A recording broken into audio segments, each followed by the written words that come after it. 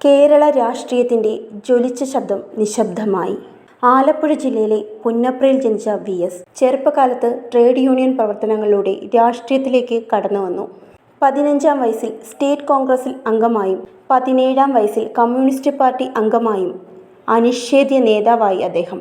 പുന്നപ്ര വയലാർ സമരത്തിൽ മുന്നണിയിൽ നിന്ന് പോരാടുകയും കഠിനമായ പോലീസ് വേട്ടയാടലുകൾ നേരിടുകയും ചെയ്തു.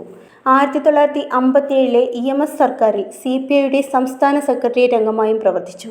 1964-ലെ പാർട്ടി പിളർപ്പിൽ CPIM രൂപീകരിച്ച 32 നേതാക്കളിൽ ഒരാളായിരുന്നു അദ്ദേഹം. പിന്നീട് പലതവണ CPIM സംസ്ഥാന സെക്രട്ടറിയായി പ്രവർത്തിച്ചു. 1986 മുതൽ 2009 വരെ പോളിറ്റ് ബ്യൂറോ അംഗമായും പ്രവർത്തിച്ചു. 2006 മുതൽ 2011 വരെ നമ്മുടെ മുഖ്യമന്ത്രിയുമായി.